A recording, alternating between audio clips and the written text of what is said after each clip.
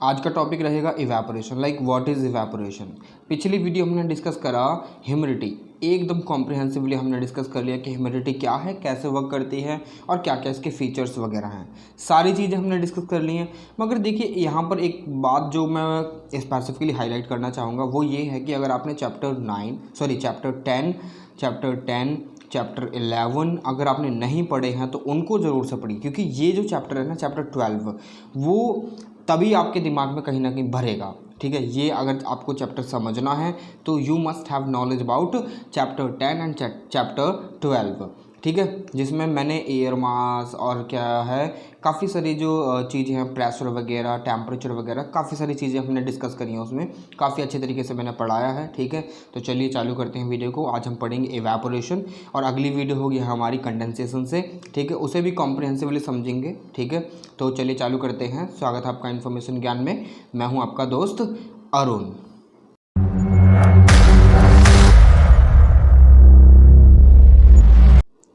अगर आपने चैनल को सब्सक्राइब नहीं करा है तो सब्सक्राइब कर दीजिए। ठीक है, और अपने दोस्तों के साथ ज़रूर से शेयर कीजिए ताकि उनको भी इस वीडियो का लाभ मिल सके। ठीक है, और दूसरी बात ये है कि देखिए ये जो पूरी की पूरी यहाँ पर ज्योग्राफी कवर होगी, ये हर एक एग्ज़ाम के पर्सपेक्टिव से, लाइक अगर आप कोई कॉम्पिटिटिव एग्ज़ाम भी देते हैं ना तो भी आपके लिए बहुत ज़्यादा ये मतलब इम्पोर्टेंस रखने वाली है। ठीक है, क्योंकि यहाँ से काफ़ी सारे क्वेश्चंस पूछे जाने वाले हैं। दूसरी चीज़, जो मैप्स आपके जो एग्जामिनेशन में पूछे जाते हैं वो मैप्स हमने कॉम्प्रिहेंसिवली डिस्कस कर लिए। इंडिया के तो ऑलमोस्ट सारे कवर हो चुके हैं। ठीक है, कुछ भी नहीं बचा, एक एक आस्पेक्ट हमने मैप का देखा। Important rivers, important ranges, mountain ranges, ठीक है, और states along with your Capitals, और जो इंपॉर्टेंट प्लेसेस हैं इंडिया में वो भी सारे हमने देख लिए हैं। और कौन कौन से जो राज्य हैं किस किस राज्य के साथ एसोसिएटेड हैं, और कितने हमारे ऐसे राज्य हैं जो इंटरनेशनल बॉर्डर शेयर करते हैं, तो वो सारी चीज़ें हमने ऑलरेडी पढ़ ली हैं। पूरी मैप सीरीज कवर हो चुकी है। ठीक है, जिसका लिंक मैं आपको नीचे डिस्क्रिप्शन में भी दे दूंगा, और आप चैनल पर विजिट कर भी वहाँ से आप इस प्ले लिस्ट को वॉच आउट कर सकते हैं। ठीक है, और तीसरी चीज़ ये है कि जो वर्ल्ड मैप सीरीज़ है वो जल्द ही स्टार्ट होने वाली है। जल्द ही मैं उसकी वीडियोस भी लेकर आने वाला हूँ, सो दैट कि you have knowledge of the world maps also. ठीक है, तो ये चीज़ अब बहुत ज़्यादा ज़रूरी है। ठीक है, क्योंकि आपकी जो बुक, आपकी जो एग्जामिनेशन है उसमें कहीं से भी क्वेश्चंस बन सकते हैं। ठीक है, एकदम मज़े में लेकर पढ़िए, बहुत ही इंटरेस्टिंग सब्जेक्ट होता है ज्योग्राफी। ठीक है, यहाँ पर मैं आपको वो सारी नॉलेज देने की कोशिश करता हूँ जो मतलब एक, अगर आपको देखिए किताब में कभी कभी क्या होता है कि आपकी बुक जो है ना NIS की, उसमें कभी कभी छोटे छोटे टॉपिक दे रखे हैं और वहाँ से उन टॉपिक्स को समझना ऑलमोस्ट मुश्किल है। ठीक है, तो मैं उसको थोड़ा सा अलग तरीके से भी समझा देता हूँ, कुछ ऐड ऑन भी कर देता हूँ। ठीक है, जैसे कि लास्ट वीडियो थी ह्यूमिडिटी, उसमें बता रखी थी, मगर ह्यूमिडिटी कैसे वर्क करती है, कैसे कैसे टेम्परेचर वगैरह इंक्रीज और डिक्रीज होता है वो नहीं दे रखा था। ठीक है, तो वो भी मैंने आपको बता दिया है। ठीक है, प्रीवियस वीडियो में, सो दैट कि आपके पास एकदम कॉम्प्रिहेंसिवली आपके पास जानकारी हो और आप जो है ना मतलब कभी भी कुछ भी प्रॉब्लम फेस ना करें। चलिए, तो अब हम शुरू करते हैं। तो यहाँ पर हम इवेपोरेशन पढ़ने वाले हैं, लाइक हमारा जो चैप्टर चल रहा है 12 चल रहा है, ह्यूमिडिटी एंड प्रेसिपिटेशन। ठीक है, तो यहाँ पर इवेपोरेशन, अब इवेपोरेशन आप क्या समझते हैं? बेसिकली इवेपोरेशन लाइक जो ये होता है, लाइक मान कर चलिए कि ये एक समुद्री सरफेस है, यानी वाटर सरफेस।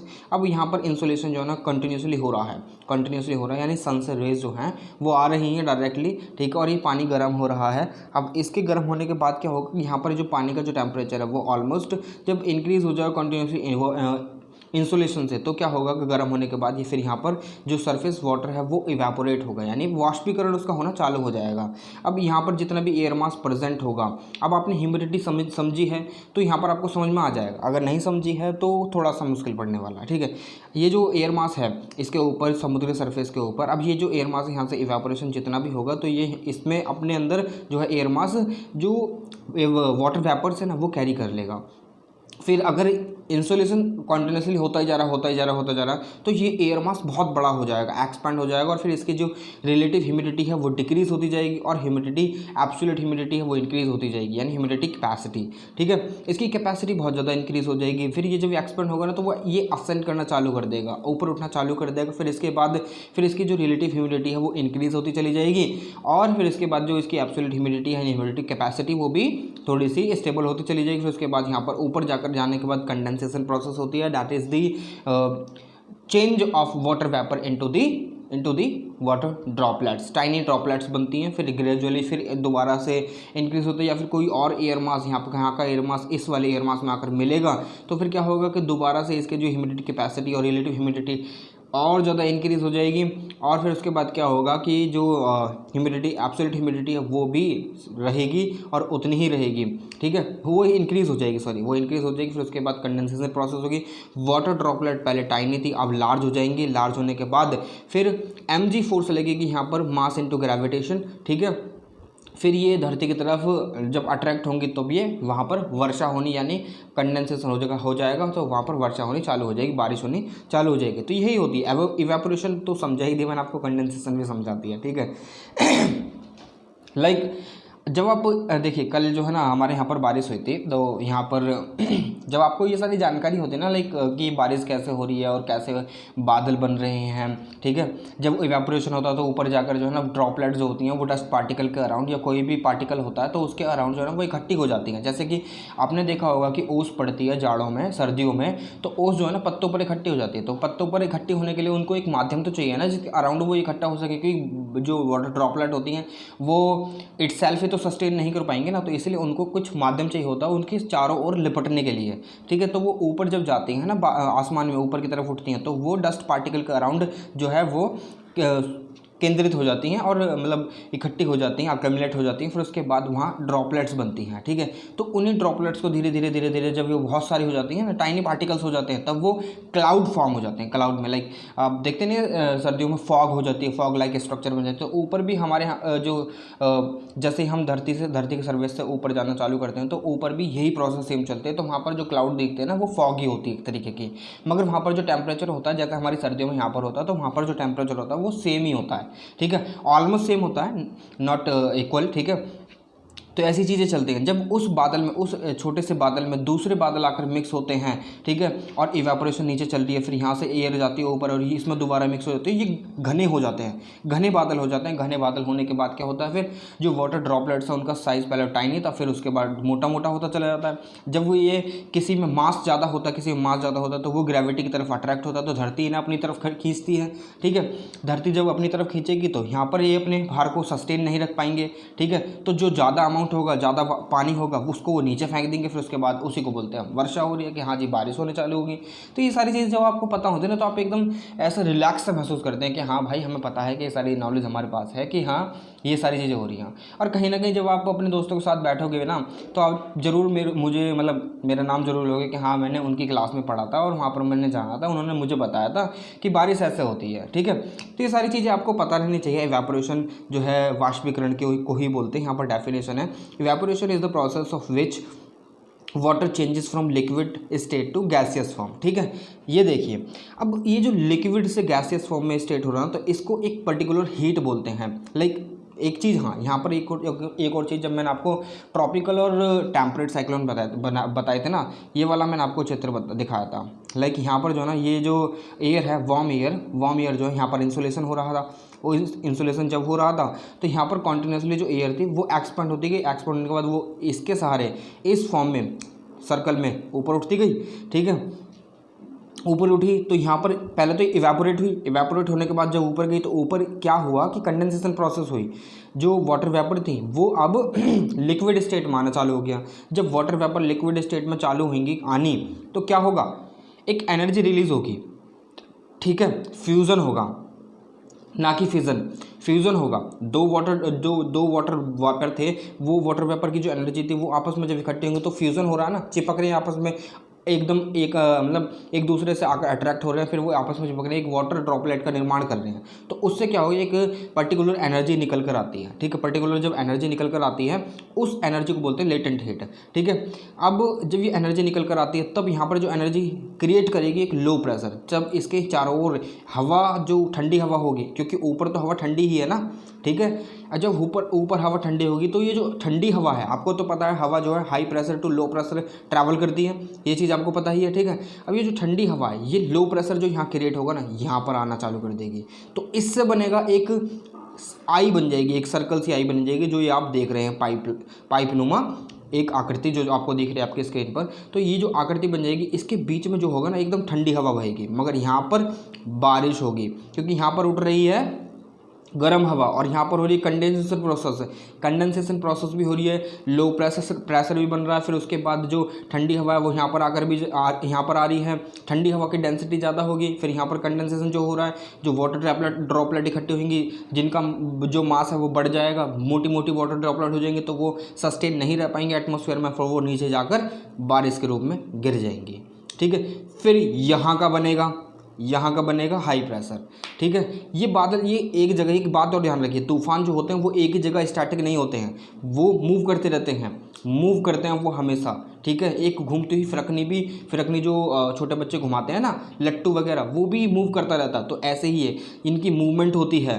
ठीक है, ये कई किलोमीटर तक फैले हुए होते हैं, ये बात आपको ध्यान रखनी है। ठीक है, समझ में आई आपको बात। चलिए अब चलते हैं पीछे इवेपोरेशन पर ही। तो यहाँ पर देखिए, this process takes place at all places at all times and at all temperature except dew point. Dew point क्या होता है वो मैंने पिछले क्लास में बता दिया आपको कि व्हाट इज़ ड्यू पॉइंट। ठीक है, ड्यू पॉइंट वो होता है वैसे तो कि जो अनसैचुरेटेड एयर पार्सल होता है ना, एयर मास जो होता है, जब वो सैचुरेशन पॉइंट पर पहुंच जाता है और उसके बाद वो मना कर देता है कि मैं अब और ज़्यादा जो वाटर वेपर है या वाटर वेपर वाला एयर मास है उसको नहीं लूँगा अपने अंदर। क्यों? क्योंकि मैं पूरा भर चुका हूँ। ठीक है, तो उसको बोलते हैं, उस भरने की उस सीमा तक को बोलते हैं ड्यू पॉइंट। कि उसके बाद अगर उसमें कुछ भी ऐड हुआ ना, तो उसके बाद जो है जहाँ पर वो मतलब एयर पार्सल है या एयर मास है, तो उसके बाद वहाँ पर वर्षा होनी यानी बारिश होनी, प्रेसिपिटेशन होना निश्चित है।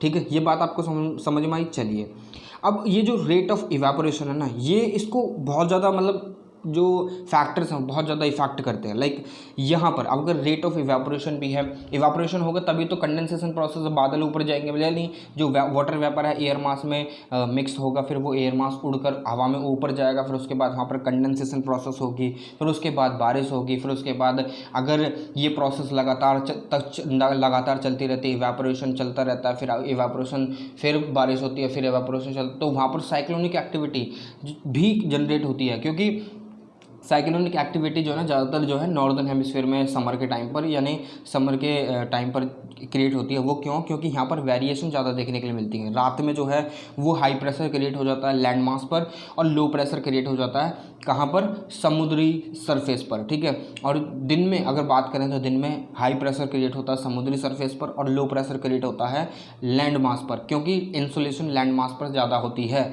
ठीक है, जितनी जल्दी लैंड मास गर्म होता है उतनी जल्दी लैंड मास ठंडा भी होता है। ये बात आपको हमेशा ध्यान रखनी है।